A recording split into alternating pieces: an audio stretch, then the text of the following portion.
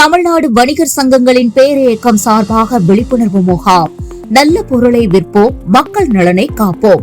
வணிகர்களின் விழிப்புணர்வு முகாமில் மாதவரம் சட்டமன்ற உறுப்பினர் MLA விஜய் பிரபு மற்றும் வணிகர்களின் பாதுகாவலர் வெள்ளையன் அவர்களின் இளைய மகன் மெஸ்மர் காந்தன் வெள்ளையன் ஆகியோர் பங்கேற்பு.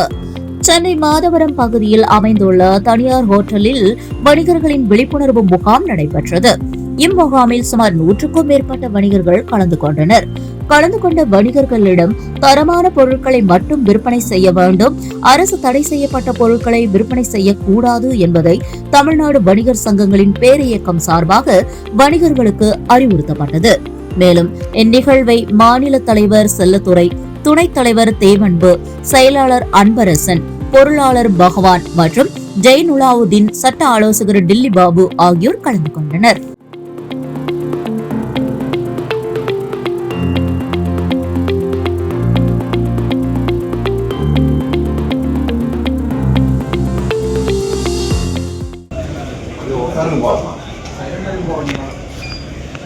எல்லாருக்கும் வணக்கம்.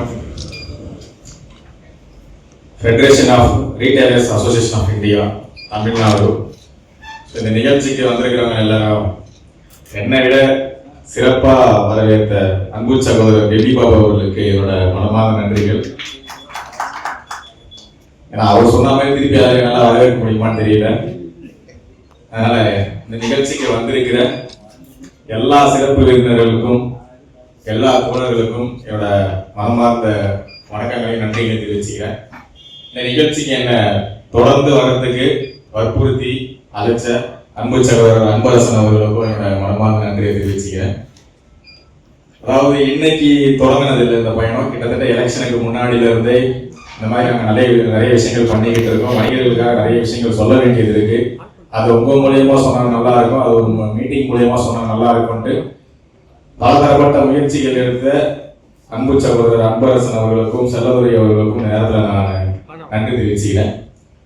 மேலும் எந்த இயக்கமா இருந்தாலும் பரவாயில்ல, வணிகர்களுக்கு ஒரு பிரச்சனைனா முன்னாடி நிற்கணும் அப்படின்னு சொல்லிட்டு இருக்க வணிகர்களுக்கெல்லாம் காவலாக இருந்த வெள்ளையன் சார் அவர்கள் மாதிரியே அவரோட சங்கம் இன்னைக்கு அதே மாதிரி முன்னாடி வந்திருக்கிறதுக்கு ரொம்ப மனமார்ந்த நன்றிகள்.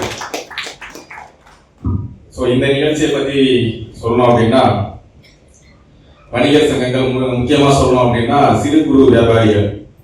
ஸோ அவங்களுக்கு நடக்கிற பிரச்சனைகள்,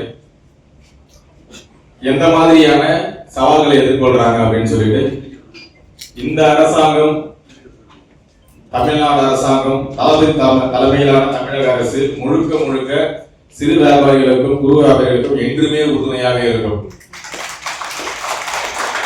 அதை வலியுறுத்துற விதமாக பாத்தீங்க அப்படின்னா, இந்த வருஷ தளபதி பிறந்தநாளுக்கு நம்ம 52 தள்ளுவண்டிகளை பாத்தீங்கன்னா நம்ம வணிகர்களுக்கு கஷ்டப்படுறவங்களுக்கு கொடுக்கலாம்னு சொல்லிட்டு நம்ம கொடுத்துட்டு வரோம்.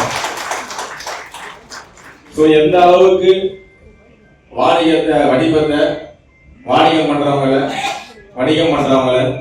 வியாபாரம் பண்றவங்கள அடிமட்ட அளவுல இருந்து டெவலப் பண்ணணுன்றதுல தமிழக அரசும் சரி, இந்த மாதாவரத்தில் இருக்கிற நாங்களும் சரி ரொம்ப உன்னிப்பா செயல்பட்டு வரோம்.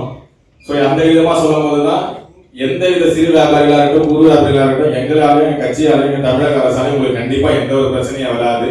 இந்த அரசாங்கத்தோட முதுகெலும் போல நீங்களும் ஒருத்தர். அதனால உங்களோட வியாபாரத்துக்கும் சரி, உங்களோட தொழிலுக்கும் சரி கண்டிப்பாக இந்த தமிழக அரசு முழுக்க உடன்பட்டு இருக்கும்.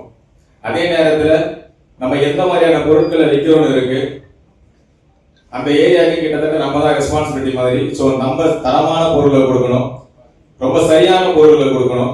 உணவே மருந்துன்னு சொல்லுவாங்க, அந்த மருந்து வியாபாரம் செய்யறவங்க நீங்க. அதனால சரியான முறையில சரியான பொருளை மக்களுக்கு கொடுப்பீங்கன்னு நம்புறோம். தொடர்ந்து இந்த தமிழக அரசு உங்களுக்காக உறுதுணையாக இருக்கும். முக்கியமா சிறு வியாபாரிகளுக்கும் குறு வியாபாரிகளுக்கும் எந்தவித பிரச்சனையும் இல்லாம அவங்களோட வியாபாரம் வளர்றதுக்கு கண்டிப்பா துணை நிற்போம். அதே நேரத்துல நீங்களும் முடிஞ்ச வரைக்கும் பொதுமக்களுக்கும் அரசாங்கத்துக்கும் ஒத்துழைப்பு தந்து உங்க வியாபாரத்தை பண்ற மாதிரி கேட்டுக்கிறேன். சின்னதா ஒரு விஷயம் சொல்லிக்கிறேன். என்ன அப்படின்னா, நம்ம எல்லாருக்குமே தெரியும், ஒவ்வொரு காலகட்டத்திலும் ஒரு முக்கியமான ஆளுங்களா இருப்பாங்க. ஆனா எல்லா காலகட்டத்திலும் முக்கியமான ஆளுங்க யாருன்னா வணிகர்கள். வணிகத்தாளது மட்டும்தான் இந்த நாட்டில் எல்லா வியாபாரமும் பெருகி இருக்கு, எல்லா வளர்ச்சியும் நடந்திருக்கு. அப்பேற்பட்ட முக்கியமான ஆளுங்க நீங்க. ஒரு ஏரியால ஒருத்தருக்கு கல்யாணம் ஏதோ ஒரு ஃபங்க்ஷன், குறிப்பா சொல்லணும்னா இப்ப எங்க வீட்டுல ஃபங்க்ஷன் எங்க சொந்தக்காரங்கலாம் வருவாங்க, அண்ணன் வீட்டுல ஃபங்க்ஷன் அண்ணன் சொந்தக்காரங்கலாம் வருவாங்க. ஆனா அந்த ஏரியால கடை வைக்கிற ஒரு அண்ணாச்சியோட ஃபங்க்ஷன் தான் பார்த்தீங்கன்னா அந்த மொத்த ஊரை வந்து நிற்கும்.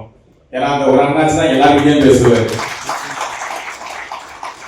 அந்த மாதிரி எல்லா தரப்பட்ட மக்கள்கிட்டையும் பணக்காரன், ஏழை, தெரிஞ்சவன், தெரியாதவன், ஜாதி மதம் இல்லாம பழகிற ஒரு ஆளு, ஜாதி மதம் இல்லாம பேசுற ஒரு ஆளு நீங்க. அப்பேற்பட்ட உங்களுக்கு சமூக பொறுப்பு அதிகமா இருக்கு. அதனால திருப்பியும் இந்த நிகழ்ச்சி மூலயமா, இந்த வணிகர் சங்கங்கள் மூலயமா உங்ககிட்ட கேட்டுங்க, சரியான பொருட்களை வியாபாரம் செய்யுங்க. கண்டிப்பாக இந்த தமிழக அரசும் இந்த மாதாவரம் தொகுதியில் இருக்க கட்சியில் இருக்க நாங்களும் உங்களுக்கு கண்டிப்பாக உறுதுணையாக இருப்போம். நன்றி நன்றி நன்றி. அனைவருக்கும் வணக்கம். தமிழ்நாடு வணிகர் சங்கம் பேரியக்கத்தின் சார்பாகவும் FRAI federation association of India சார்பாகவும் இன்றைய தினம் வணிகர்களுக்கு விழிப்புணர்வு முகாம் ஏற்பாடு செய்யப்பட்டுள்ளது. இந்த முகாமிற்கு பல மாவட்டத்திலிருந்து நிர்வாகிகள் இங்கே வருகிறார்கள். இந்த முகாமின் நோக்கம் வணிகர்கள் நல்ல பொருளை, தரமான பொருளை வாடிக்கையாளர்களுக்கு தர வேண்டும். அப்படி கொடுப்பதன் மூலம் வாடிக்கையாளருக்கு நல்ல மதிப்பு வரும். அதனால் வணிகம் மேலும் மேலும் பெருகும். இதற்காகத்தான் இந்த ஏற்பாடு செய்யப்பட்டுள்ள இந்த கூட்டம். இந்த கூட்டத்தில் கலந்து கொண்டு பல மாவட்டங்களைச் சேர்ந்த வணிக நிர்வாகிகளுக்கு நன்றி தெரிவித்துக் கொள்கிறோம். இதற்காக வந்து வணிகர்கள் நாங்கள் சொல்ல கருத்தை நிச்சயமாக ஏற்றுக்கொண்டு அவர்கள் நிச்சயமாக வாடிக்கையாளர்களுக்கு நல்ல தரமான பொருட்களை கொடுக்க வேண்டும், விற்பார்கள் என்ற நம்பிக்கையுடன் தான் இந்த கூட்டம் செய்யப்பட்டுள்ளது. அரசாங்கத்தால் தடை செய்யப்பட்ட பொருளை, எந்த பொருளை யாரும் விற்கக்கூடாது. அப்படி விற்பவர்கள் கண்டிப்பாக வியாபாரிகள் விதிக்கப்படுவார்கள். அவர்களுக்கு எந்த காரணத்தை கொண்டும் உறுதுணையாக வியாபாரிகள் சங்கம் இருக்காது. இதற்காகத்தான் இந்த கூட்டம். தரமான பொருட்கள் விற்க வேண்டும். இதற்காக தான் இந்த கூட்டம் ஏற்பாடு செய்யப்பட்டுள்ளது. கண்டிப்பாக வியாபாரிகள் அனைவரும் தரமான பொருளை விற்பார்கள் என்று நம்பி இந்த கூட்டத்தை ஏற்பாடு செய்துள்ளோம். வருகின்ற அத்தனைக்கும் நன்றி. இப்போ மாநகராட்சி அதிகாரிகள் எல்லாம் முன்னறிவிப்பு இல்லாம இந்த நடைபாதையில இருக்கிற வியாபாரிகள் கடையெல்லாம் அகற்றாங்க. அவங்க பாத்தீங்கன்னா எந்த ஒரு முன்னறிவிப்புமே இல்லாம தான் அந்த கடைகளை அகற்றதா ஒரு குற்றச்சாட்டை முன்வைக்கிறாங்க. அது மட்டும் இல்லாம மாநகராட்சி அதிகாரி போதியா நிறைய பேர் உண்டாவி இந்த பிளாஸ்டிக் பொருட்களுக்கு ஃபைனும் விதிக்கிறாங்கன்னு சொல்லி ஒரு குற்றச்சாட்டை முன்வைக்கிறாங்க. அதை எப்படி பாக்குறீங்க? பிளாஸ்டிக் பொருள் தயார் பண்ற இடத்துலயே நீங்க போயிட்டு அதிகாரம் நினைச்சாதான் பிளாஸ்டிக் பொருள் தயார் பண்ற இடத்துல நிச்சயமா அவங்க தடை பண்ணலாம். ஆனா பிளாஸ்டிக் பொருளை இவங்க தடை பண்றது இல்லை. வேணே மாநகராட்சி விற்பனை செய்யப்பட்டு விற்பனை செய்து கடையில் வந்ததுக்கப்புறம் வேண்ட மாநகராட்சி வரி விதிக்க வேண்டும். அவங்கள்ட்ட கண்டிப்பா வந்து வசதி செய்ய வேண்டும். ஒரே நோக்கத்தோட தான் செயல்படுறதை தவிர வேறு நோக்கமும் அல்ல. ரெண்டாவது, முன்னறிவிப்பு கொடுத்து எங்களுக்கு காலி பண்ண நாங்களே ரெடிமேட் கொடுத்துருவோம். ஆனா இவங்க வந்து படல, திடீர்னு வர்றாங்க, கடையில காலி பண்ண சொல்றாங்க. சமீபத்துல ஒரு 2 நாட்கள் பெரம்பூர்ல அந்த மாதிரி வந்து செஞ்சாங்க. அதுக்கப்புறம் நாங்களே வரைமுறை கொடுத்துறோம், இந்த ஜிங்ஸ இந்த கடைகளை உங்களுக்கு வரைமுறை தரோம் அப்படின்னு சொல்லியிருந்தோம். அதே மாதிரி வரைமுறை கொடுத்ததுக்கு அப்புறம் போயிட்டாங்க. வால்மார்ட் இந்த மாதிரி இந்த டிமார்ட் போன்ற ஐயா வெள்ளையன் இருக்கும் போதே வந்து அது மிகப்பெரிய ஒரு எதிர்ப்பு தெரிவிச்சார். ஆனா இப்ப இருக்கிற ஆன்லைன் வர்த்தகம் தான் அதிகமா இருக்க தவிர இந்த வணிகம் பண்றவங்களுடைய வணிகம் பாதிக்கப்படுது. இதுக்கு வந்து என்ன முன்ன நடவடிக்கை எடுக்கிறதா உங்களுடைய பெடரேஷன் சார்பாக இருக்கு? இந்த அந்நிய வர்த்தகத்தை பொறுத்த மட்டும் இன்றைய காங்கிரஸ் அரசு என்ன பண்ணுச்சுன்னா, இந்த அந்நிய வர்த்தகத்துக்கு அந்த கூட்டத்தை இருந்து கதவை திறந்து அவங்க உள்ள கூப்பிடுச்சு. இப்ப இருக்கிற பிஜேபி வாசக்கால பேசி வச்சுட்டு அவங்க உள்ள கூப்பிடு வணிகம் செய்ய. எந்த அரசு எந்த ரூபத்துல வணிகத்தை ஆதரித்தாலும் எங்களுடைய பேரையும் வீரவையும் அதை கண்டிப்பா இருக்கும். ஒருபோதும் நாங்கள் ஆதரிக்கிறோம். நாளைக்கு தமிழக பட்ஜெட் மாநில அரசு முறைமுறை தாக்கல் பண்றாங்க. இதுல வந்து வணிகர்களோட கோரிக்கை ஏதாவது எங்க எதிர்பார்த்து வணிகர்கள் சார்பாக நலவாரியம் தலைவர் வெள்ளையினுடைய அவர் இருக்கும்போது போராடின இந்த திட்டங்கள்லாம் வணிகர்களை பாதுகாக்கக்கூடிய சட்டங்கள் இந்த குறித்தெல்லாம் நாங்க தமிழக அரசு கிட்ட கோரிக்கை வச்சிருக்கிறோம். கண்டிப்பா இதெல்லாம் இந்த பட்ஜெட்ல வரும் நாங்க எதிர்பார்க்கிறோம்.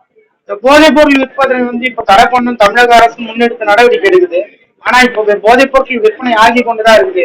இது உங்க அமைப்பின் சார்பாக இதற்கான முன்னெடுவடிக்கை எதனா எடுத்தீங்களா? எந்த வணிகரும் போதை வஸ்துக்களை தயார் செய்வதில்லை. இந்த போதை வஸ்துக்கள் இந்த வணிகர் அமைப்புல இருக்கிற யாருமே தயார் செய்யல. மாறாக வருகிறதை தடுக்க வேண்டியது அரசிடம் உள்ளது. இதை தடுக்கக்கூடிய கடமை அரசிடம் உள்ளது. எங்களது வணிகம் சார்ந்த எந்த வணிகர்களும் அதை பண்றதில்லை. மருத்துவர்களோட இல்லாம மருந்துகள் ஆன்லைன்ல வாங்குறாங்க. அது உடனே தேடாமல போயிடுது. தரமான மருந்துகள் கிடைக்கிறது இல்ல. அதுக்கான இது நீங்க பல்வேறு செய்தியாளர்கள் பல்வேறு சொல்லியிருக்கிறோம். ஆன்லைன் வர்த்தகம் என்பது எப்பொழுதும் வியாபாரிகளுக்கு எதிரானது, தீங்கானது என்பதை நாங்கள் சொல்லியிருக்கிறோம். ஆன்லைன் வர்த்தகம் தான் பாதிக்கப்படுகிறது.